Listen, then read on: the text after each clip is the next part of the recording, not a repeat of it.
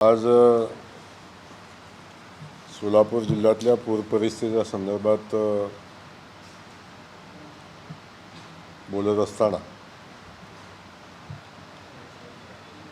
काल परवा कमी झालेलं पाणी पुन्हा 1,55,000च्या आसपासचा क्युसेक्सनं पाणी आज शिना नदीमध्ये पुन्हा येते आणि बऱ्याचशाच गावामध्ये पुन्हा आज पाणी आहे. सुदैवानं आता मराठवाड्यामध्ये ग्रीन अलर्ट आहे. आज सोलापूर जिल्ह्यामध्ये पण ग्रीन अलर्ट आहे. त्यामुळं पाण्याची पातळी याच्यापेक्षा अधिक वाढेल अशी आता परिस्थिती नाही. परंतु सद्यस्थितीत जिल्ह्यामध्ये साधारण 12,500 कुटुंब बाधित झालेली आहेत आणि साधारण 45,000च्या आसपासची लोकसंख्या डायरेक्ट यानं बाधित झालेली आहे. ती संख्या अजूनही वाढण्याची शक्यता खूप मोठ्या प्रमाणावर आहे. आणि हे असताना खूप मोठ्या संख्येनं घराची झालेली पडझड ही खूप मोठ्या संख्येनं झालेली आहे.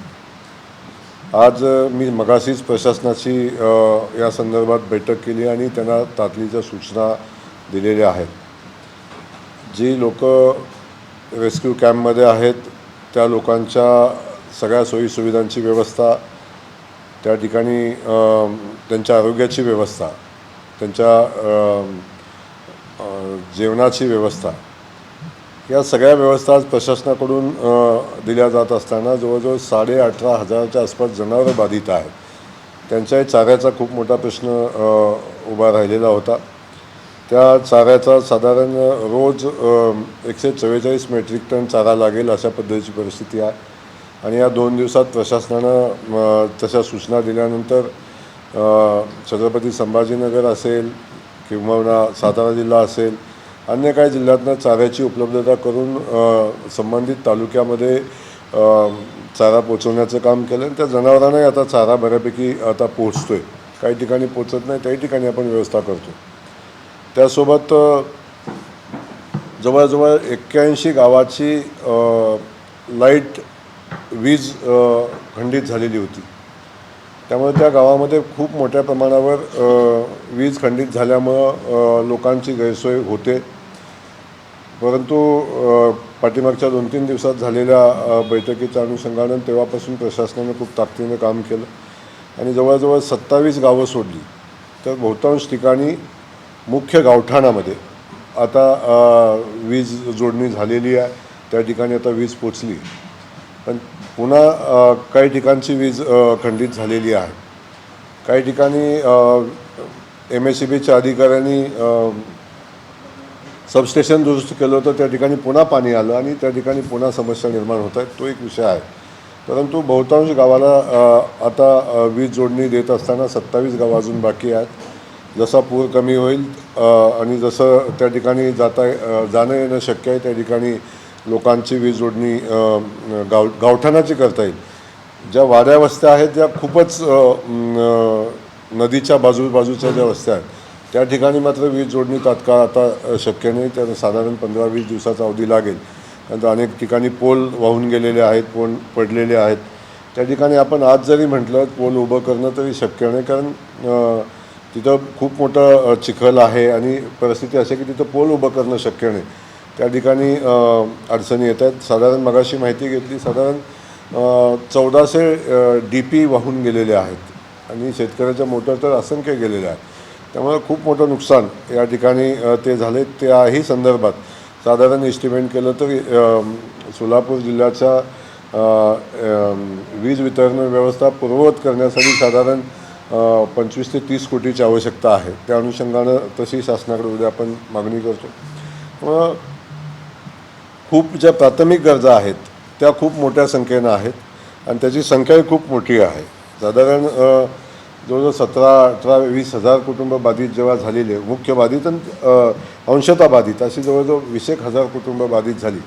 त्या लोकांना प्राथमिक गरजा पुरवणं आवश्यक आहे. खूप सेवाभावी संस्था मदत करत आहेत आणि त्या ठिकाणी लोकांना मदत देण्याचं काम चालू आहे. परंतु लोकांचा संसार सुरळीत व्हायला किमान महिन्याचा अवधी लागेल. आणि त्या महिनाभर लागेल एवढ्या सगळ्या जीवनावश्यक वस्तू, कपड्यासह सगळ्या जीवनावश्यक वस्तू त्यांना मिळणं गरजेचं आहे. त्याही संदर्भात आपण प्रशासकीय पातळीवर तातडीच्या उपाययोजना करतो आहे.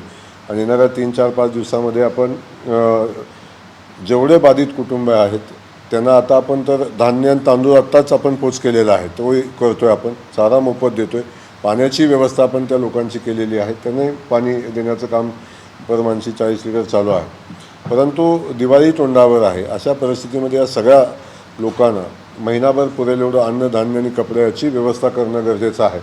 त्याही व्यवस्था आम्ही आता जिल्हा प्रशासनाच्या वतीनं त्या उभ्या करण्याचा आम्ही करतो आहे. आणि साधारण 15,000 ते 20,000 कुटुंबाला 1 महिना पुरेल एवढं सगळ्या व्यवस्था, अगदी कपड्यापासून अन्नधान्यापासून आणि त्यांच्या ज्या गरजेच्या ज्या वस्तू आहेत त्या सगळ्या वस्तूंची व्यवस्था करण्याचं काम प्रशासनाच्या माध्यमातून आम्ही करण्याचा निश्चय केलेला आहे. ते या निमित्तानं आम्ही सगळेजण करू.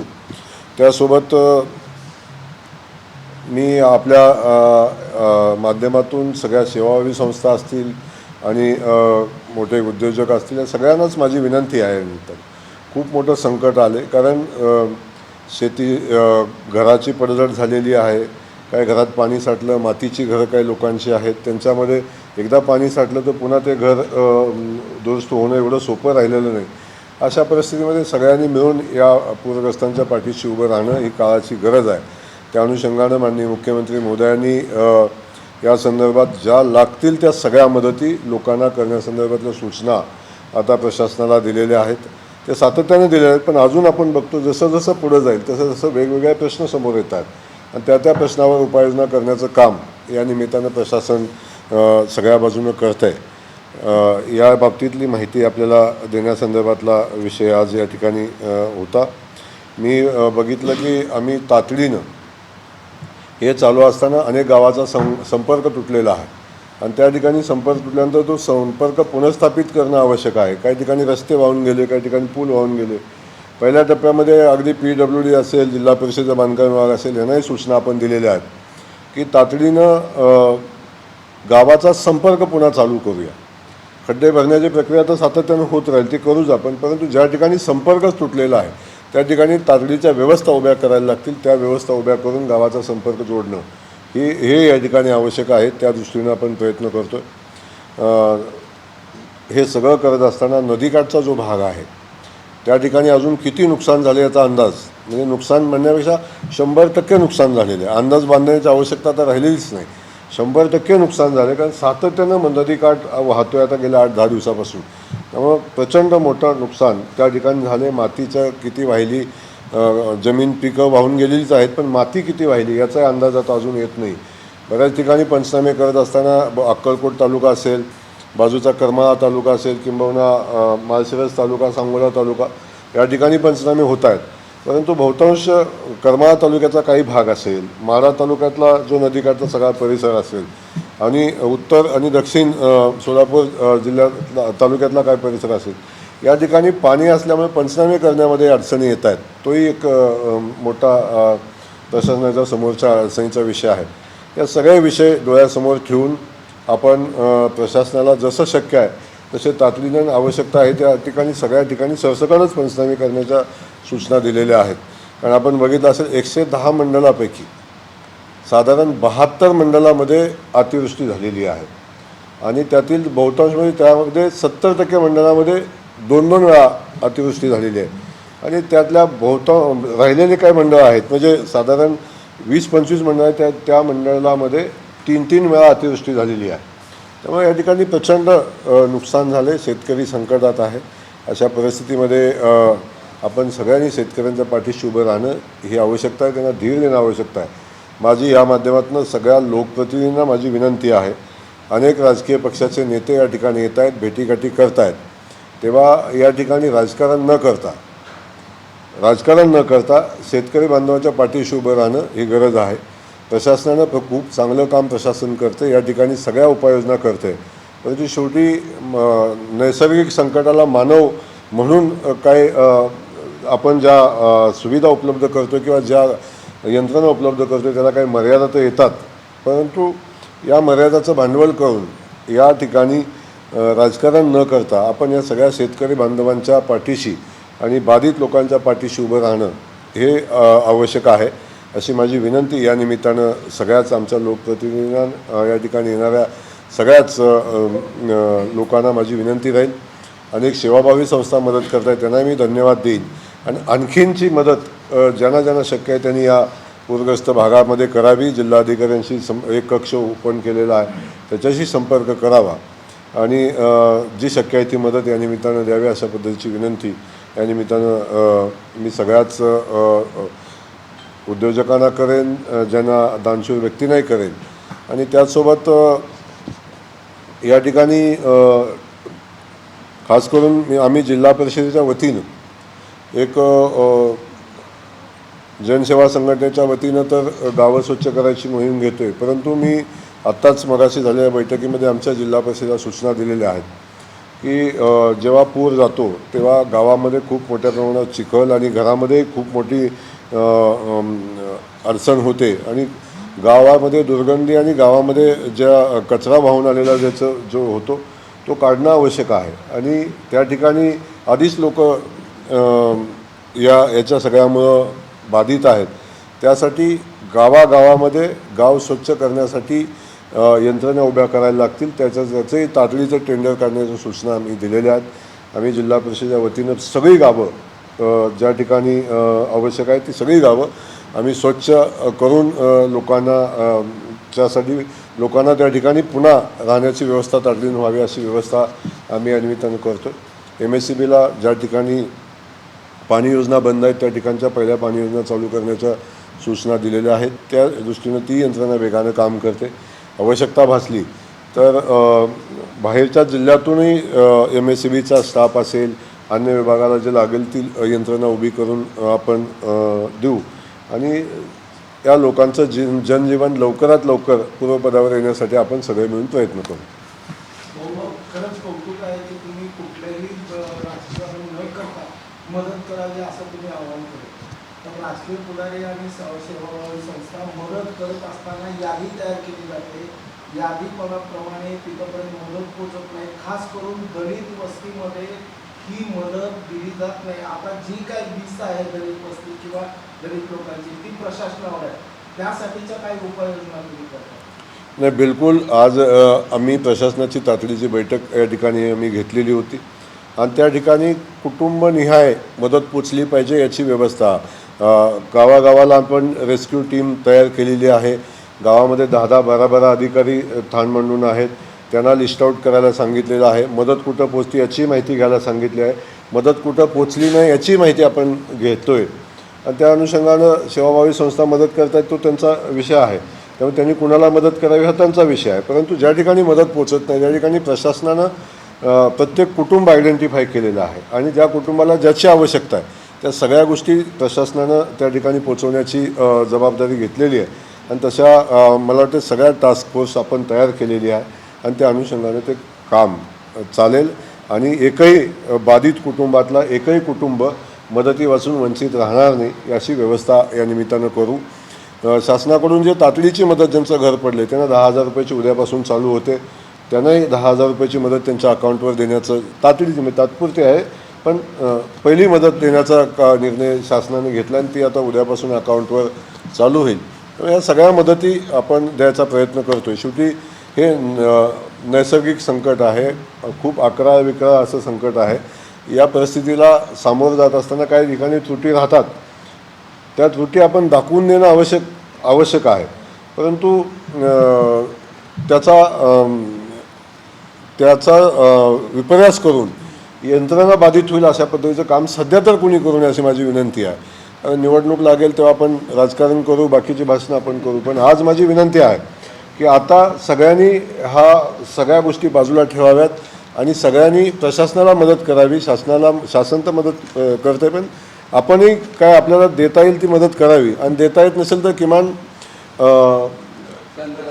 शांत राहण्याची भूमिका तर पार पाडावी एवढी माझी विनंती राहील. कारण शेवटी ही व्यवस्था उभी करत असताना आपण सगळ्यांनी एक प्रशासनाचं आभार मानले पाहिजेत. सगळ्यांनी आपण की कौतुक केलं पाहिजे, आभार मानलं नाही पण कौतुक केलं पाहिजे की एवढ्या मोठ्या पुराच्या तडाख्यामध्ये 11-11 जेव्हा पूर आला त्यातून प्रशासनानं सगळ्यांचे जीव वाचवण्याचा प्रयत्न केला आणि वाचवले. एवढ्या मोठ्या ह्याच्यात एकही दुर्घटना घडली नाही की एकही ठिकाणी असं घडलं नाही, हे कौतुकास्पद आहे. त्यामुळे जे चांगलं काम करते त्या पाठीवर आपण हात मारला तर आणखीन अधिकचं काम करण्याची प्रेरणा त्याला मिळेल. अशावेळी प्रशासनाचं आणि संबंधित यंत्रणाचं खच्चीकरण होऊ नये याची फक्त आपण सगळ्यांनी काळजी घेतली पाहिजे. माझी विनंती राहील सगळ्या राजकीय पक्षांना, आपलं व्यासपीठ वेगळा आपण लढू, पण आता ही वेळ लोकांना मदत करण्याची आपण एकत्रित मदत करू. 10,000 रुपये साधारण किती बाधितांना मिळणार आहे? 10,000 रुपये. 10,000 आपले नाही, आता जे लोक कुटुंब बाधित आहे, ज्यांच्या घरामध्ये पाणी गेलेलं आहे, त्या लोकांना प्राथमिक मदत मिळणार आहे. अशांची संख्या मला वाटते साधारण 4,500च्या आसपासची आत्तापर्यंत आलेली, पण ते वाढेल. एवढ्या थांबणार नाही, ती संख्या वाढेल, पण आत्तापर्यंत ती 4,500च्या आसपासची. पूरपरिस्थितीचं राजकारण कोण करतंय? महायुतीचे मित्रपक्ष करतायत का महाविकास आघाडी करते? पूरपरिस्थितीचं राजकारण कोण करतंय? महायुतीचे मित्रपक्ष करतायत का महाविकास आघाडी करते? तुम्ही 2 वेळा हारवले, आवर्जून सांगितलं. मी स्पष्ट सांगेन की ते बोलण्याची ही वेळ नाही आहे. मी का बोललो आहे याची कल्पना आपल्याला आहे, पण ती बोलण्याची आज वेळ नाही, कुणा ब्लेम करण्याची आज वेळ नाही. माझी विनंती आहे, सगळ्यांनाच विनंती आहे की आता या ठिकाणी राजकारण आपल्या करू नये. या परिस्थितीत लोकांच्या पाठीशी उभं राहणं, लोकांना मदत करणं, याच गोष्टीवर आपण फोकस करूया आणि लोकांना मदत करूया. राजकारणाचं व्यासपीठ आपण चालू होईल, निवडणुका महिनाभरानं आहेत तेव्हा आपण बाकी सगळ्या गोष्टी करू, पण आज आपण लोकांच्या मदतीला जाऊया, लोकांना मदत करूया. आणि श्रेयवाद हा विषय बाजूला ठेवा. अजून कोणच श्रेय घ्यायला गेलेलं नाही. आपण हे अगदी आम्ही काम करतो, आम्ही कधी म्हटलं नाही आम्ही काम केलं की आम्ही करतोय, असं नाही. परंतु सगळ्यांनीच आपण एकत्र येऊन काम केलं पाहिजे आणि लोकांच्या सोबत राहिलं पाहिजे, ही भूमिका ठेवली पाहिजे. आपण बघितलं असेल की मुख्यमंत्री मोदयांनी व्हिजिट केली, सगळ्या यंत्रणांना सक्त सूचना दिलेल्या आहेत आणि पहिल्यापासून आपण अलर्ट मोडवर होतो. म्हणून आपल्याला मिलिटरीपासून आजच मिलिटरीची टीम आता इथून जाते, इंडियाची टीम अजून आपण 3 दिवस इथं ठेवतोय. बाकीच्या सगळ्या कोल्हापूर सांगलीपासून आलेल्या सगळ्या बोटी, त्यांचे सगळे लोक आपण या ठिकाणी ठेवतोय. त्यामुळं ही व्यवस्था आता जोपर्यंत मूळ नदीच्या पात्रात जात नाही तोपर्यंत या सगळ्या व्यवस्था आपल्याला उभ्या करायला लागतील, त्या करतोय आपण. प्रचंड मोठं असं आसमानी संकट आहे. शासन 10% त्याची तुटपुंजी मदत आहे, तुम्हालाही माहिती, सगळ्या माहिती. पण या माध्यमातून शासनाच्या कर्मचाऱ्यांचा असेल किंवा आमदार मंत्र्यांचा असेल, 1 महिन्याचा असं पगार द्यावा किंवा काहीतरी मोठं पॅकेज द्यावं, या संदर्भात आपण काही शासन पातळीवर मुख्यमंत्र्यांना मागणी करणार? नाही, नक्की लोकांना, शेतकऱ्यांना मदत झाली पाहिजे. 1 दिवसाचा पगार तर अनेक लोकांनी शासकीय याच्यात विभागाने दिलेला आहे आणि लोक खूप मोठ्या प्रमाणात मदत करत आहे. शेवटी एक लक्षात आपण घेतलं पाहिजे की शासन म्हणून तुटपुंजी मदत नाही, प्राथमिक मदत आहे. आपण लोकांना किती मदत करायला लागेल हा पुढचा विषय आहे, पण आज ज्या कुटुंबांना आत्ता पुढचं जीवन, आपलं जे प्राथमिक टप्प्यातली मदत तातडीने देणं आवश्यक आहे ते आपण देतोय. त्यामुळं शासन जास्तीत जास्त मदत देण्याच्या मानसिकतेमध्ये आहे. आपण बघितलं असेल की ज्यावेळी या पूरग्रस्त भागाला माननीय मुख्यमंत्री मोदयांनी भेट दिली आणि त्यानंतर मराठवाड्यात जाऊनही त्या भागाला भेट दिल्यानंतर इथली जी परिस्थिती बघितल्यानंतर माननीय मुख्यमंत्री महोदय दिल्लीलाही गेले. त्यांनी आदरणीय मोदींशी चर्चा पण केलेली आहे, पूर परिस्थितीची माहिती दिलेली आहे आणि केंद्राकडून जास्तीत जास्त मदत यावी अशा पद्धतीची विनंतीही केंद्राला केलेली आहे. आणि त्यामुळे केंद्र शासन मिळून या शेतकऱ्यांना पुन्हा उभं करण्यासाठी जे काय करता येईल तेवढी सगळी मदत करण्याची भूमिका सरकारची आहे आणि मुख्यमंत्री त्याबाबतीत आग्रही आहेत. उद्या कॅबिनेटची बैठक आहे, त्याच्यामध्ये त्या संदर्भात चर्चा होईल आणि शेतकऱ्यांना जास्तीत जास्त मदत कशी देता येईल या संदर्भात नक्की निर्णय होतील.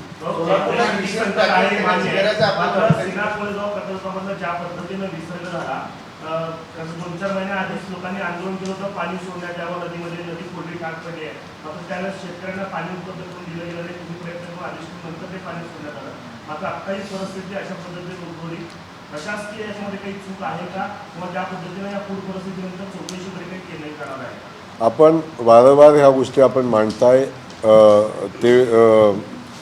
ती परिस्थिती आपण समजून घेतली पाहिजे. जेव्हा धरणामध्ये पाणी साठा उपलब्ध होता तेव्हा तो साठा नियमित याच्याप्रमाणे सोडला जातो.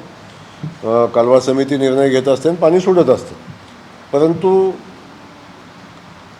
जेव्हा पाणीच नव्हतं, परिस्थिती आपल्याला माहिती आहे की धरणामध्ये पाणीच आता मायनसला होतं, तेव्हा पाणी सोडणं तेव्हा शक्य नव्हतं, तेव्हा लोकांची मागणी अवश्य होती. परंतु आत्ता जे पाऊस पडलेला आहे हा मला वाटते 50 वर्षाच्या इतिहासातला सर्वोच्च पाऊस आपल्या या भागात पडलेला आहे. मला नाही वाटत की सोलापूरच्या इतिहासामध्ये ही परिस्थिती कधी उद्भवली होती असं मला वाटत नाही. आपल्या तर किमान बघण्या ऐकण्यात नाही आहे. त्यामुळं हे आसमानी संकट आहे आणि आसमानी संकटाचा सामना करत असताना प्रशासन आणि ह्या व्यवस्थेच्या हातात किती गोष्टी राहिल्या होत्या. पाणी ज्या ठिकाणी धरणं भरणं तेव्हा नॅचरल गेट होते, ओव्हरफ्लो झालेलं पाणी खाली येणार होतं, कोणी अडवून ते पॉसिबल नव्हतं. आणि ज्या ठिकाणी साठा नियंत्रित करता येत होता किंवा विसर्ग नियंत्रित करता येत होता त्या ठिकाणी ते कमी अधिक प्रमाणात करता येत होतं. परंतु शेवटी पाणी साठाच एवढा मोठा होता त्या ठिकाणी ते जो पाणी सोडणं आवश्यक होतं का नॅचरल फ्लोनं पाणी आलं त्याचा विषय आहे. पण अवश्य तुम्ही म्हणता त्या गोष्टी संदर्भात माननीय मुख्यमंत्री मोदी बोललेले आहेत. याच्यामध्ये काय चुका झालेल्या आहेत का, याच्यामध्ये काय आहे का हे तपासून बघायला बिलकुल हरकत नाही आणि त्याचाही तपास आपण करू. आता चौकशी आपण करता येईल आणि त्याच्यावर जर काही चुकीचं घडलं असेल तर त्याच्यावर कारवाई झाली पाहिजे, त्याबद्दल काय विषय नाही. सोलापूर शहरातला एक प्रश्न आहे आदिला नदीच्या संदर्भातचा. तुम्ही पण मध्यंतरी सगळी ज्या दिवशी अतिवृष्टी झाली त्या दिवशी पाहणी केली, महापालिकेने काही सूचना दिल्या, त्या सूचनांचं तेवढं मनाव पद्धतीनं पालन नाही केल्यामुळं काल देखील भवानी मंदिराजवळ सोलापूर ते तुळजापूर रस्ता बंद झाला होता आणि कालीही जवळपास 300-400 लोकांच्या घरामध्ये वसंत विहार असेल, यश नगर असेल, स्वराज विहार असेल तिथं पाणी गेलं. त्यानंतर काल सकाळी महापालिकेच्या जेसीबी काही ठिकाणी पाण्याची वाट पाठवली. म्हणजे आपण सांगितल्यानंतर पण तिथल्या पात्रामध्ये आपण म्हणताय ती वस्तुस्थिती खरी आहे. महापालिकेला मी सूचना दिलेल्या होत्या. परंतु एक तिथं प्रॉब्लेम झालेला आहे ते तुम्हालाही ज्ञात आहे आणि सगळ्यांना ज्ञात आहे. जेव्हा नॅशनल हायवेचं काम झालं तेव्हा जे पाणी काढून देणं अपेक्षित होतं त्या ठिकाणी ते प्रॉपर काम झालं नाही. त्या संदर्भात मी हायवेच्या लोकांना बोलवून घेतलं होतं, त्यांच्यासोबतही बैठक झालेली आहे.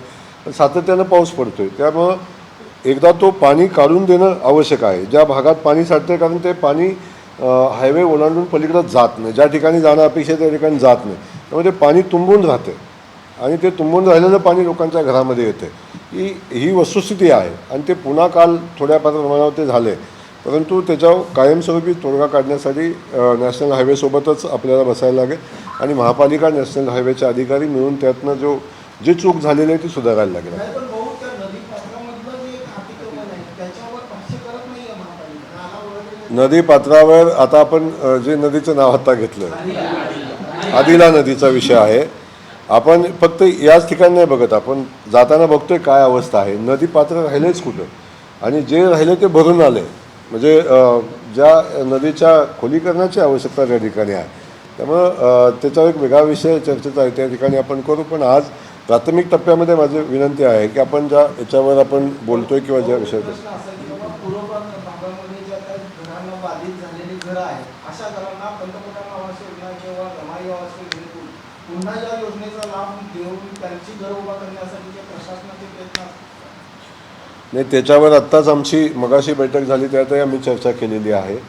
जी घरं 100% पडलेली आहेत, 100% जो घरच पडलेलं आहे त्या घराला मदत करणं आवश्यकच आहे.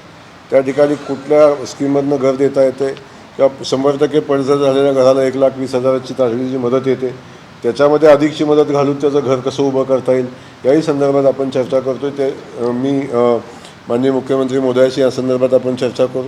त्यामुळं शेवटी एक आहे की हे सरकार लोकांसाठी काम करतं, हे जनतेचं सरकार आहे. जनता संकटात असताना सरकारनं मागं राहणं अपेक्षितच नाही. पण सगळ्या ठिकाणी सरकार जे जे शक्य आहे ते सगळं करेल. एक दिवसांचं अधिवेशन बोलवावं अशी मागणी म्हणजे पूरग्रस्त परिस्थितीच्या पार्श्वभूमीवर एक दिवसाचं अधिवेशन बोलवा असं जयंत पाटील म्हणतात, बीजे वडेट्टीवार म्हणतात. पण मग ते त्याच्याने काय फायदा होणार आहे का? आता मला या नेत्यांचं कौतुक करावंसं वाटतं यांचं की आपण कुठल्या वेळी काय बोलतो हे थोडंसं आपण समजून घेतलं पाहिजे लोकांनी. आज अवस्था काय आहे, आपण जमिनीवर जाऊन पुरामध्ये अजून घरं आहेत, या लोकांच्या मदतीला जाणं अपेक्षित आहे का आमदारांनी जाऊन अधिवेशन करणं गरजेचं आहे याचाही किमान आपण विचार केला पाहिजे. माझ्या माहितीप्रमाणे अधिवेशन घेतलं तरी सरकारच निर्णय घेतं आणि अधिवेशन नाही घेतलं तरी सरकारच निर्णय घेतं. त्यामुळं परिस्थितीचं गांभीर्य सरकारला आहे. स्वतः मुख्यमंत्र्यांनी इथं भेट दिली, दोन्ही उपमुख्यमंत्र्यांनी पूरग्रस्त भागाला भेट दिली, मंत्रिमंडळातले माझे सगळे सहकारी या भागात येऊन गेलेले आहेत, त्यांना सगळ्याच गोष्टीचं नॉलेज आहे. त्यामुळे शेवटी आपण सगळ्यांनी मिळून या याच्यातनं जनतेच्या पाठी उभं राहणं महत्त्वाचं आहे, राजकारण महत्त्वाचं नाही.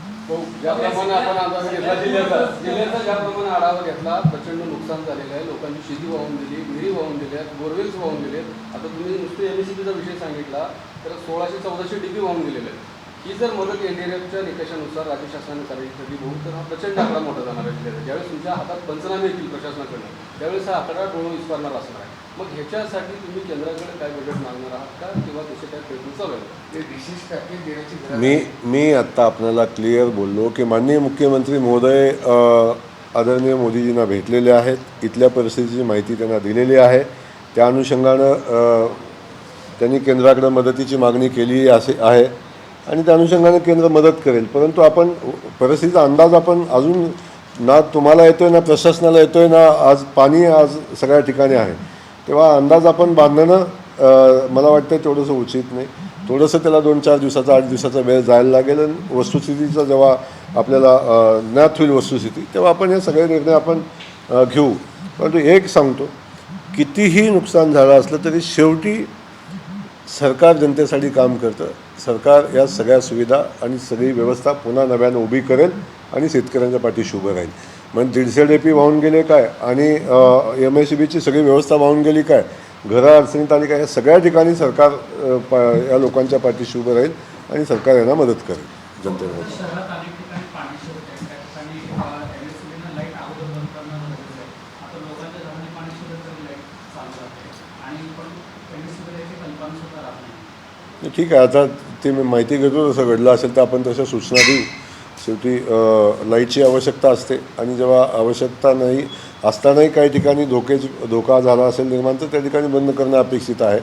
तेव्हा त्या संदर्भातल्या सूचना आपण प्रशासनाला देऊ.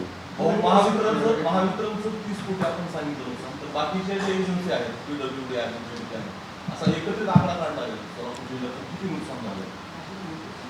आता MSCBची चर्चा माझी झाली, त्यांनी तो आकडा मला आता बैठकीत सांगितलेला आहे. PWDचे सोबत अधिकारी होते, त्यांनाही मी तातडीनं सांगितलेलं आहे की आत्ता फक्त गावाचाच संपर्क तुटलेला आहे. ज्या ठिकाणी संपर्क तुटला आहे, ज्या ठिकाणी रस्ता वाहून गेला का, ज्या ठिकाणी वीज वाहून गेलेले आहेत त्याला प्रायोरिटी आपण द्या. खड्डे भरायची प्रक्रिया त्यानंतरची प्रक्रिया आहे आणि मग तात्पुरती दुरुस्तीचा विषय आहे. त्याही सूचना मी परवाच्या बैठकीमध्ये दिल्यानंतर कालच चीफ इंजिनियरकडून आपल्या AC ला पत्र आलेलं आहे की तातडीची दुरुस्तीचं सर्वे करा आणि जे शक्य आहे ते चालू करा आणि जे अशक्य आहे त्याचा प्रस्ताव तातडीने आमच्याकडे पाठवा. 2 दिवसापूर्वी कालच पत्र आले आणि तशी कारवाई चालू झाली. आत्ता मी तात्पुरत्या रस्ते दुरुस्तीसाठी DPCतनं 4 कोटी रुपयाची तातडीची तरतूद केलेली आहे आणि तशा सूचना कलेक्टर महोदयांनी जिल्हा परिषद शिवोना दिलेल्या आहेत. आणि तातडीनं रस्ते दुरुस्ती, या ठिकाणी मुरुम टाकणं गरजेचं आहे, ज्या ठिकाणी खड्डे भरणं आवश्यक आहे आणि गावाची तातडी गावं तातडीनं जोडणं गरजेचं आहे, अशा ठिकाणी तातडीच्या सूचना देऊन पैशाची व्यवस्थापन केलेली आहे. सगळ्या विभागाचा एकत्रित आढावा आणि एकत्रित माहिती नक्की किती नुकसान झालं असं साधारणपणे मिळावं म्हणजे त्यानुसार नक्की आता एक परिस्थिती समजून घ्या. परवा दिवशी काल थोडंसं पाणी कमी झालं होतं, कालपासून ते पाणी पुन्हा वाढलं. आज 1,55,000 क्युसेकच्या क्षमतेनं आज पाणी पुन्हा पूर आलेलं आहे. त्यामुळं सगळं व्हायला सगळा अंदाज यायला थोडासा वेळ लागेल. पाणी कमी झाल्यानंतर मात्र खात्रीनं 8 दिवसाच्यात आपल्याला ते करता येईल. पण पाणी कमी झालं तरीसुद्धा लगेच त्या शेतात किंवा त्या परिसरात जाता येईल अशी परिस्थिती सध्या तर नाही. रस्ते वाहिले किंवा त्या ठिकाणी जी शेतजमीन आपली आहे ते काही लगेच चालत जाणं की तर त्या ठिकाणी सर्वे करणं पॉसिबल नाही. थोडासा वेळ लागेल, 8-10 दिवसाचा वेळ. सगळ्या याची माहिती यायला 10-12 दिवसाचा तर वेळ लागेल. पूर वसरल्यानंतर 8-10 दिवसाचा वेळ लागेल. परंतु प्रशासकीय यंत्रणा सज्ज आहेत. बहुतांश ठिकाणी बाहेरचे पंचनामे संपत आलेले आहेत जिथं नदीकाठाचा परिसर सोडून. त्यामुळे आवश्यकता भासली तर जिल्ह्यातली सगळी यंत्रणा आपण या ठिकाणी वापरू आणि तातडीनं याचा सर्वे आपण करून घेऊ. उद्याचा एक दिवस सोडला तर पूरस्थिती पूर्ववतीपर्यंत पालकमंत्री जिल्ह्यातच राहतील. मला वाटतं आपण सगळेजण याचे साक्षीदार आहात. मी वेगळं सांगायची काही आवश्यकता नाही. फक्त एक आहे की मी अनेकदा पालकमंत्री प्रोटोकॉलनं जातो तेव्हा अनेक अधिकारी अडकून पडतात. माझी भावना हीच सातत्यानं आहे. आजही सकाळी लवकर आढावा बैठक घ्यायचं कारण हेच होतं की अधिकाऱ्यांना फील्डवर काम करताना अडचणी येऊ नये. मंत्र्यांनी आणि अधिकाऱ्यांनी पालकमंत्र्यांनी सारख्या अधिकाऱ्यांच्या बैठका घेणं आणि त्यांना सारखं या कामात अडकून ठेवणं मला काही योग्य वाटत नाही. त्यामुळे मी सकाळी लवकर आढावा बैठक घेतली आणि शक्यतो माझ्या सूचना सगळ्या अधिकाऱ्यांना आहेत की आता मंत्री आले आणि कोणी आले तरी फील्डवर आपण काम करा. एखादा दुसरा अधिकारी त्या माहिती देणारा अधिकारी मंत्र्यांच्या सोबत जाऊ द्या, परंतु बाकीच्या अधिकाऱ्यांना जिथं काम करणं अपेक्षित आहे त्या ठिकाणी काम करू द्यावं अशी माझी भावना या निमित्तानं आहे. शिवसेनेच्या उपनेत्याच्या त्यांनी फील्डवरती जाऊन कलेक्टर साहेबांना फोन केला की बाबा इथे तुमची यंत्रणा पोहोचत नाही किंवा तुमची मदत पोहोचत नाही, तुम्ही ऑफिसमध्ये बसून काय करतात. तसाच फोन कृषी मंत्र्यांनी केला आणि त्या शिवसेनेच्या उपनेत्यांना कलेक्टर साहेबांनी त्यांच्या भाषेत त्यांनी सांगितलं व्यवस्थित, पण त्यांच्या ते इतकं जिव्हारी लागलं की त्यांनी आज व्हिडिओ करून तो व्हिडिओ व्हायरल केला की मी काय 2 नंबरचे धंदे सांगितले होते का, मुलाला सोडायला सांगितलं होतं. शिवसेनेच्या उपनेत्या आहेत मारे प्रवक्ते एकनाथ शिंदे गटाच्या प्रवक्ते त्या, आणि त्यांनी जवळपास 14 मिनिटं सांगितलं की बाबा कलेक्टर तरी म्हणजे ज्याप्रमाणे प्रशासन यंत्रणा मदत करते लोकांना त्याप्रमाणे तुम्ही करा, पण ते तुम्ही करा म्हटल्यावर त्यांच्या जीवारी खूप लागलं आणि त्यांनी मग मी काय 2 नंबरच्या धंद्यासाठी फोन केला होता का असं तसं ते आरोप केले त्यांनी त्याच्यामध्ये. आणि असं वारंवार व्हायला लागलं. कुणी तर आमदार जातो प्रशासकीय अधिकाऱ्याला फोन करतो, त्याचा व्हिडिओ व्हायरल करतो. मग या संदर्भात तुम्ही बोललाय, पण असं व्हायला नको. असं माझं सगळ्यांनाच विनंती आहे की मी अगोदरच एवढ्यासाठीच बोललो की आपल्या ह्या राजकीय आपल्या द्वेषानं किंवा राजकीय आपण या घटनेकडे बघताना शेवटी हा सगळा ताण ह्या प्रशासकीय व्यवस्थेवर येतो आणि त्या व्यवस्था आता कामात असताना आपण त्यांना जास्त त्रास देणं आणि ज्यांना कायम आपण अडकून ठेवणं योग्य नाही. माझी भावना तीच आहे आणि तुम्ही बघत असाल की मी सातत्यानं माझी भूमिका हीच आहे की प्रशासनानं फील्डवर काम करावं. आताही मी पालकमंत्री तालुक्याचे अधिकारी बोलवता येतात, पण मी आत्ता पूर आल्यापासून एकदाही तालुक्यातल्या कुठल्याही अधिकाऱ्यांना या ठिकाणी बोलवलेलं नाही. वेळ पडली तर आम्ही वेशीवर त्यांच्याशी बोललो, परिस्थिती माहिती घेतली. परंतु सगळ्यांनी समजून घेतलं पाहिजे की प्रशासकीय व्यवस्था रात्री अपरात्री 2-2, 3-3 वाजेपर्यंत काम करते. काही ठिकाणी तर 24-24 तास काम न झोपता काम केलेलं आहे. तेव्हा थोडंसं आपण समजून घेतलं पाहिजे. आता मी एका ठिकाणी जाणं लगेच पटकन जाऊन लगेच फोन करणं इथं का पोचला नाही. सगळ्या ठिकाणी कलेक्टर पोचू शकत नाही, सगळ्या ठिकाणी तहसीलदार पोचू शकत नाही, सगळ्या ठिकाणी मंत्री पोचू शकत नाही. पण ते खालची यंत्रणा नक्की पोचते. तालुक्यात म्हणजे गावागावामध्ये जी टीम तयार केलेली आहे ती प्रत्येक माणसापर्यंत पोचण्याचं काम करते. एक प्रश्न आहे, सोलापूर जिल्ह्यात सगळ्यात जास्त साखर कारखाने आहेत आणि कर्नाटकमधल्या बऱ्यापैकी हंगाम सुरू होतोय. आपला साखर हंगाम जर उशिरा झाला तर त्याचा इफेक्ट आपल्या जिल्ह्यातल्या ऊस पडून येण्यापर्यंत होऊ शकतो. हे चालू वर्षी खूप चांगला ऊसाचं उत्पादन आहे आणि कारखाने लेट व्हायचं काही कारण होणार नाही, कारण कारखाने चालू व्हायला अजून 1-1.5 महिन्याचा अवधी आहे. तेव्हा जनजीवन पूर्ववत होईल आणि तोपर्यंत काय मला वाटत नाही अशी कुठली परिस्थिती निर्माण होईल. त्यामुळं तशी परिस्थिती होणार.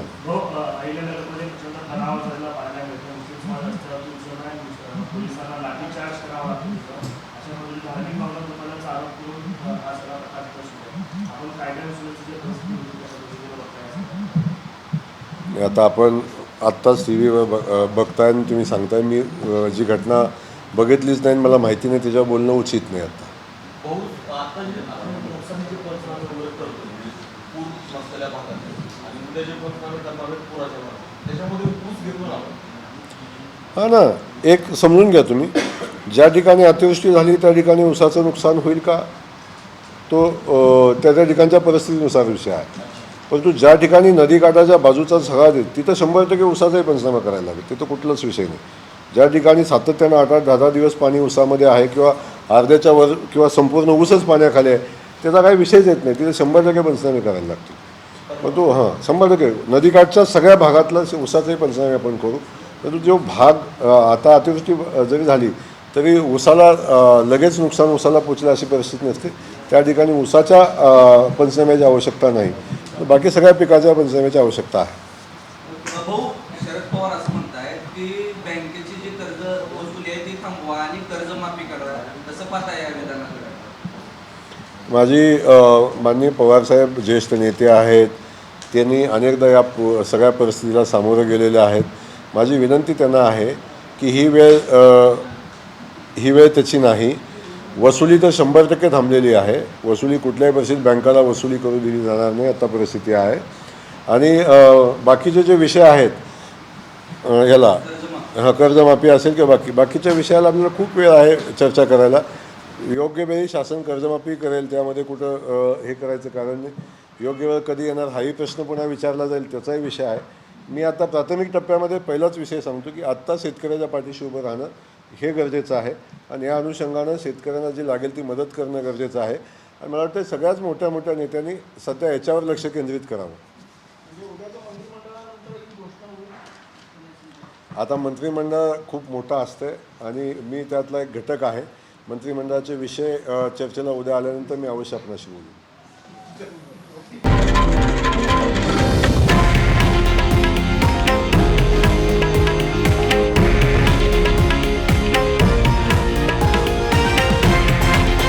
हे आहे देशातील नंबर 1 न्यूज नेटवर्क आणि आपण पाहत आहात TV9 मराठी, एकमेव.